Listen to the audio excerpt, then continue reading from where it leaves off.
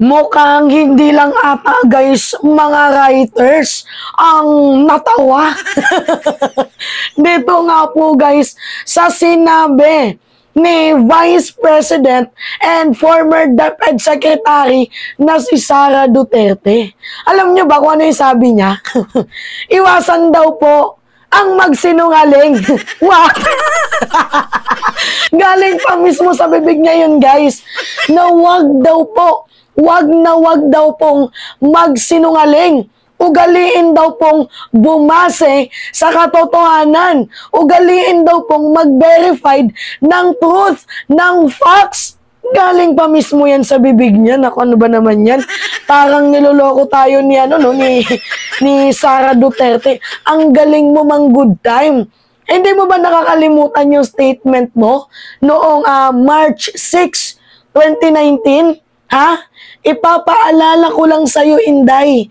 Ipapaalala ko lang sa'yo, Sara Duterte, na ikaw na mismo ang nagsabi noon na hindi dapat nagiging issue ang honesty.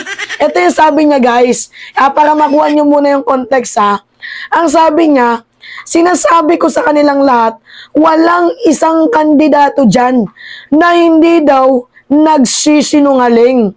Kaya hindi dapat nagiging issue ang honesty. Ganito kasi yung yung issue dito guys.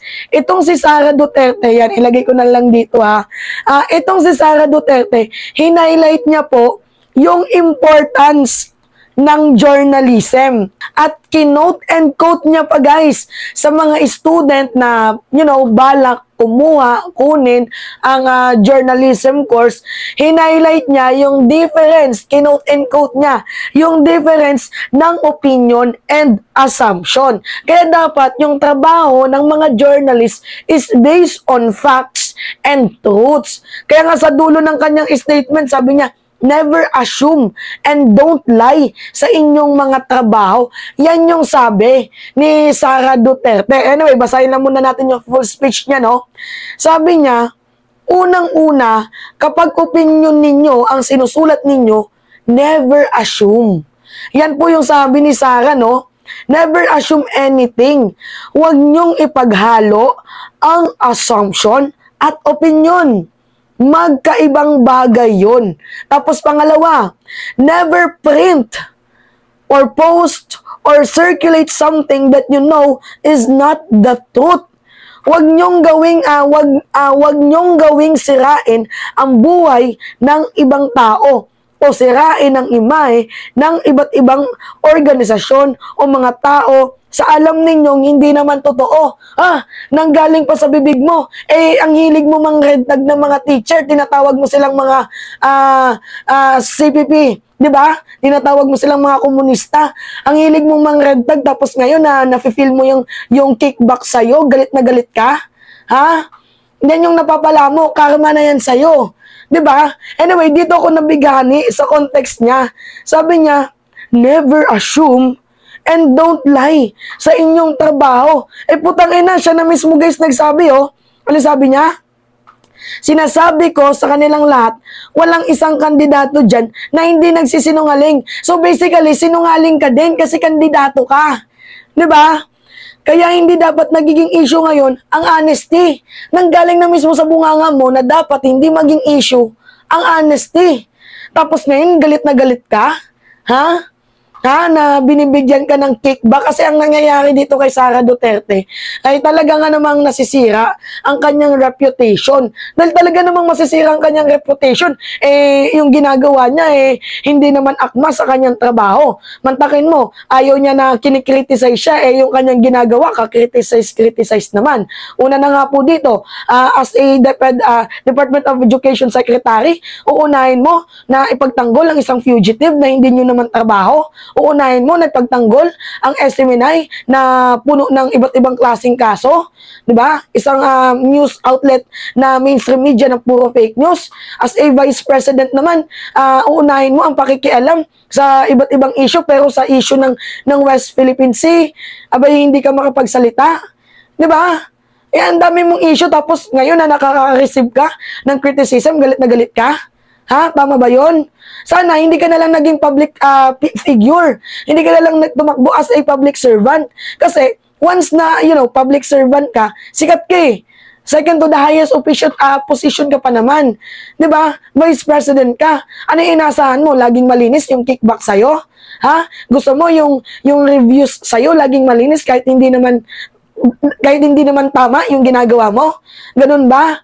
Laging mataas yung survey mo? Ha? Ganun ba yung gusto mo mangyari? Tinatarantado mo yung taong bayan eh, no? 'Di ba? Ang hilig-hilig mo sa confidential funds. Tapos gusto mo, hayaan lang namin 'yon. Yung 125 million confidential funds mo, confidential funds ba yung pinaglaanan mo doon? Yung tree planting, confidential funds ba yun? Ha?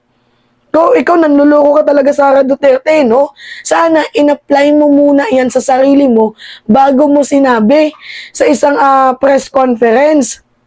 Ano po kasi yan, guys?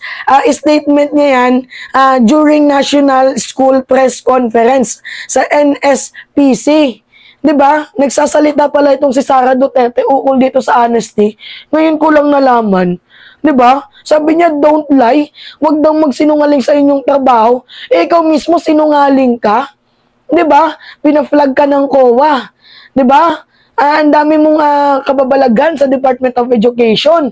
Hindi mo nga masabi kung saan mo ginamit yung confidential funds. Tapos sabi mo, don't lie. Nanloloko ka ba? Tinatarantado mo ba kami? Parang yung mga taong sinasabihan mo, mga pinanganak kahapon Di ba guys? Mantakin nyo. Galing na mismo sa bibig niya. Don't lie. Don't lie daw. Huwag magsinungaling. Siya mismo sinungaling. Di ba? Naku, Diyos ko, Sara Duterte. Buti na nga lang nag-resign ka as a Department of Education Secretary kasi wala ka namang ginawang mabuti. Sabi pa dito, Duterte cautioned against spreading false information that could harm individuals or organizations and urged student journalists to maintain integrity and honesty in their work. So sa madaling sabi, hina-highlight ni Sara Duterte na dapat based on facts, based on truths daw tayo. Lalo na yung mga journalist na mga student, 'di ba? Yung mga student na nagtitake ng journalism, dapat maging honest daw, based on facts, based on truths. Abay, ang galing mo naman, Sara Duterte. Yung panre-red tag mo based on truths ba 'yon? Ha? Puro accusation. 'Di ba? Tapos ngayon nabibigyan ka ng kickback, ng reviews na pangit, asar na asar ka. Naku, Diyos ko po, tarantado no? Oh, yan yung karma. Sabi ko nga sa inyo guys, ang mundo ay napakaliit lang. Minsan nasa ibabaw ka, minsan nasa ilalim. 'Di ba? Kaya wag kang mang-underestimate ng mga kahit sino pa mang tao. Kasi may balik at balik din yan sa'yo. Yun yung pinupunto natin dito. Ang pangit naman ng bibig mo, ang bantot ng nilalabas. 'Di ba? Ayusin mo muna yung kalakalan mo bago ka magsabi ng dapat don't lie. Huwag magsinungaling bago ka magsalita niyan. Ayusin mo muna yung sarili mo kung totoo ka ba. Kung hindi ka sinungaling. Kung sinungaling ka lang din naman, grabe naman yung audacity mo para magsalita ng ganyan. Nakakatarantado no? Pumapapil ka na naman. Anyway, yun lamang po guys. It's me again, si Mima Alicia nyo. At nagbabalik ulit para sa ating panibagong video.